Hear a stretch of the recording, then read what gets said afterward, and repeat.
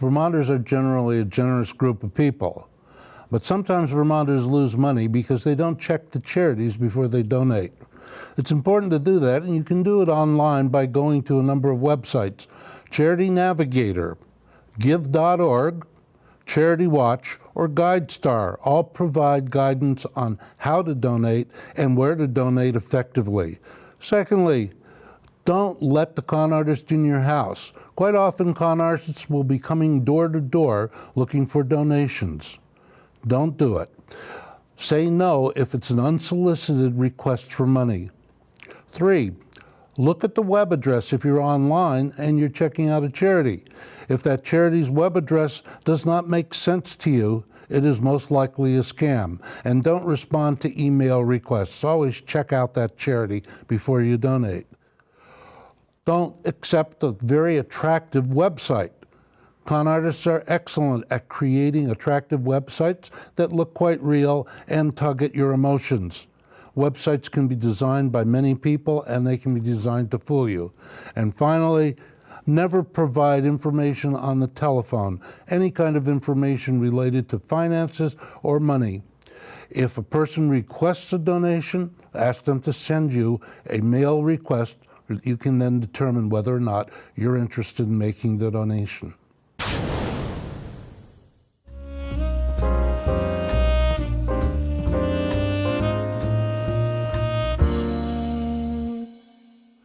Many Vermonters are using online dating websites. There are a few things to watch out for. The first thing to do is never leave the website that's the public website. Quite often, con artists will try to get you to do that. Secondly, when sending emails, many of the con artists use poor grammar or poor spelling. If you see that, steer away from the website, steer away from that person. If the offer looks too good to be true and the pictures of the individual look too perfect, quite often that's a good sign of a scam in a romance area. Next, if the person claims that they fall in love with you right away, that's an immediate warning to beware of. If the person tries to meet with you and then cancels plans, that's often an indication that the person is not serious and may be a scam. And finally, if you're asked to send money, walk away from the relationship and seek a different one.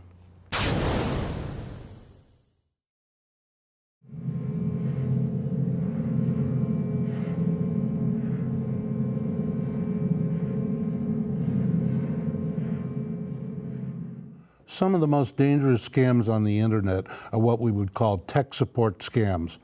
A mysterious message appears on your computer.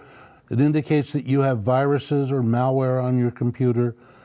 Quite often, it is simply a scam. You need to watch for the con artist, and in this case, the con artist is trying to breed some fear and uncertainty on your part, and that quite often causes you to make the wrong decisions. Technology companies such as Apple, Microsoft do not monitor your internet activity. Instead, they rely on you to notify them if there's a problem. So beware of that. If you are called and it says the call asks you to provide information from your computer, don't do it. Hang up the phone. Those calls can't be traced. If the government says there's a problem, the government does not monitor your computer activity. Update your software. If you're using old computer software and old virus protection, that information can create problems on your computer and it won't protect you. And report any incidents that you see to the company that's being referenced in the email or in the threat. For example, if Microsoft is being identified or Windows, then you want to notify the Microsoft Corporation that somebody is trying to scam you. Microsoft wants to know that because they can then alert other Microsoft software users to that problem. Be aware of what happens with tech support, and if you have a question about your hardware and your equipment, bring that question to a certified computer repair person. Go to one of the places where you know you can rely on that source for the right information. The best defense against becoming a victim of fraud is to be educated and aware of scams. There are a number of organizations and agencies that provide information and alerts to tell you of the current dangers. First one that I will obviously identify is AARP. AARP's Fraud Watch Network at www.aarp.org/fraudwatchnetwork identifies a wide range of frauds and scams and allows you to register for alerts. The Better Business Bureau's website, www.bbb.org/scam-tips, provides a wealth of information. There's a registry for fraud alerts, and it collects reports on scams. At the state government level, you can register for fraud alerts with the Vermont Attorney General's office, and that would be www.uvm.edu/consumer. The state of Vermont issues alerts whenever there's a statewide scam that's being reported, and this would be a great resource as well as a way to report scams that are trying to be perpetrated against you. Another source of information is the National Consumers Union at www.fraud.org. This will provide you with, again, information, but also alerts of the current scams. And there are two places with the federal government that would be great to register with. One of them is the Federal Trade Commission, and that's www.consumer.ftc.gov. And another one is the United States Postal Inspection Service, www.USPIS, and .gov. The Postal Inspection Service focuses primarily on postal scams and fraud. So those are a number of agencies that you can receive alerts from and be a more aware consumer. The best defense against identity theft is credit reports and freezes. Now, it sounds like two things, and technically it is, but it all has to do with how you relate to the credit bureaus. Most of the information that's available online, that's available to conduct identity theft, is there because of data breaches, and there have been hundreds, if not thousands of them, different companies and with different government organizations and agencies. Personal data also comes from people who post it willingly online in social media, such as Twitter or on Facebook. Protect yourself. You can reduce the amount of information available about you by simply not posting it on your social media accounts. The next thing to do is request free credit reports. According to the state of Vermont, you're allowed to have a free credit report from each of the credit reporting agencies. The federal government also gives you a free credit report. The agency to go to is annualcreditreport.com. That's the one that's sanctioned by the U.S. government and by the state of Vermont. And you can also call a number which is 877-322-8228. Either way, you can request free copies of your credit reports throughout the year. Order credit freezes.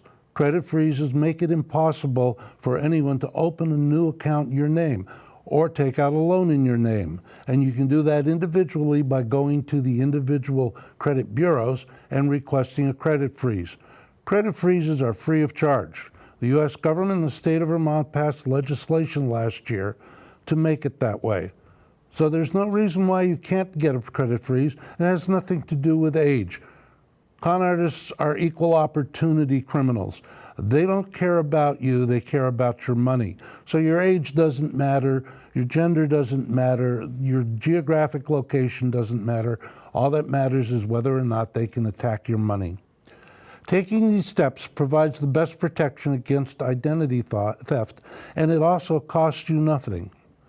So visit those sites, create those credit freezes, and also call for your reports and see what information's available about you. Let's take a minute to talk about the ether. And this is not the gas that you would be getting at a hospital or the ether that involves the atmosphere. This is the ether that con artists refer to. And a con artist means ether. He talks about something called a heightened state of anxiety.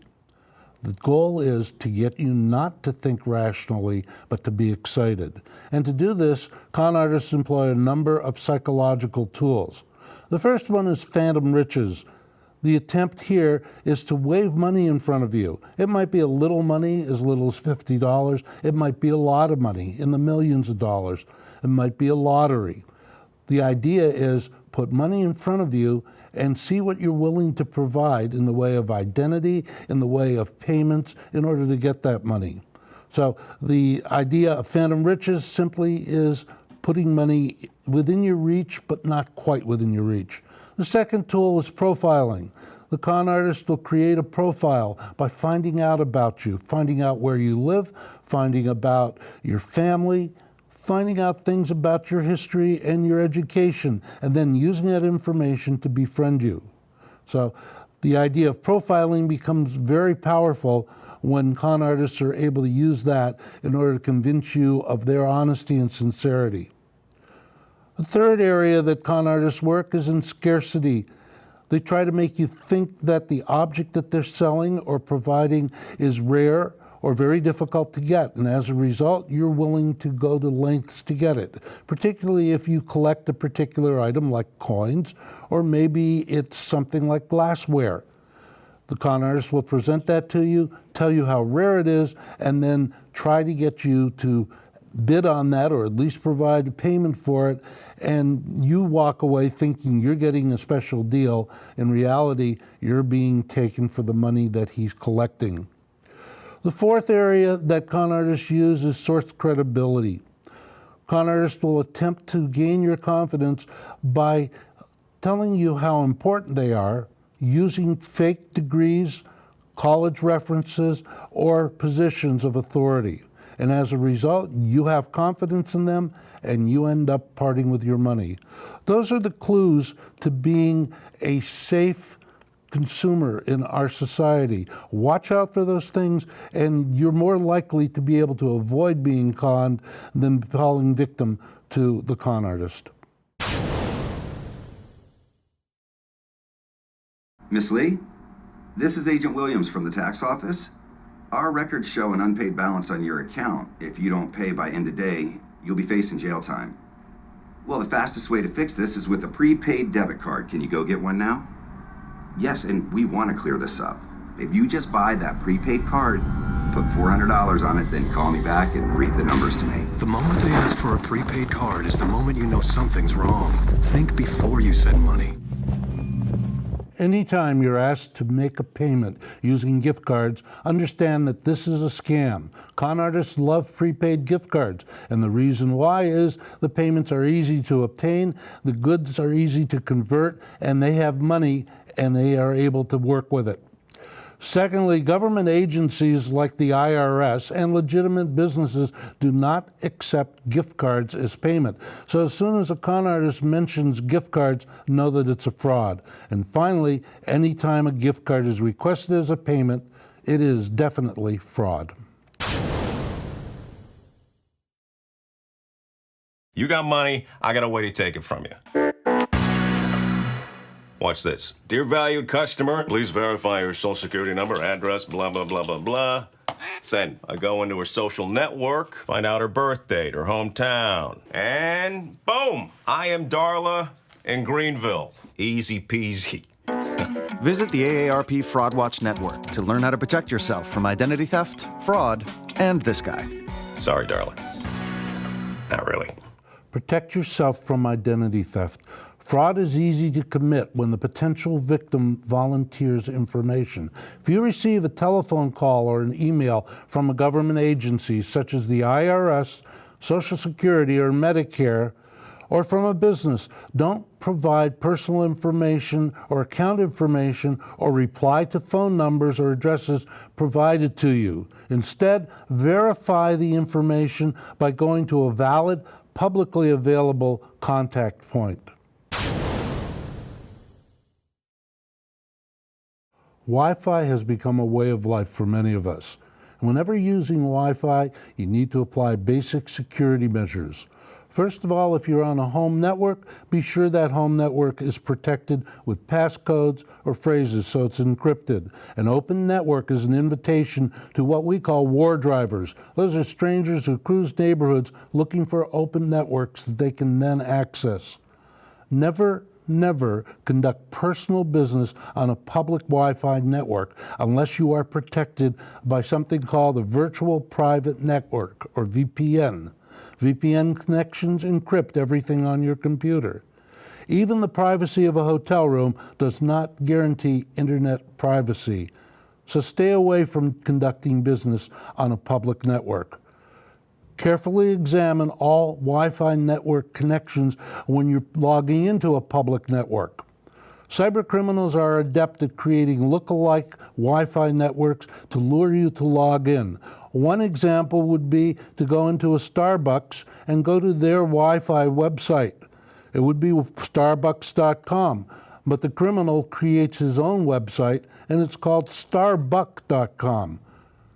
Unwitting individuals log into that and end up providing that criminal with all the information he or she needs. Those are some tips to follow. Be careful on Wi-Fi, and you will be safe from a number of these potential scams and frauds.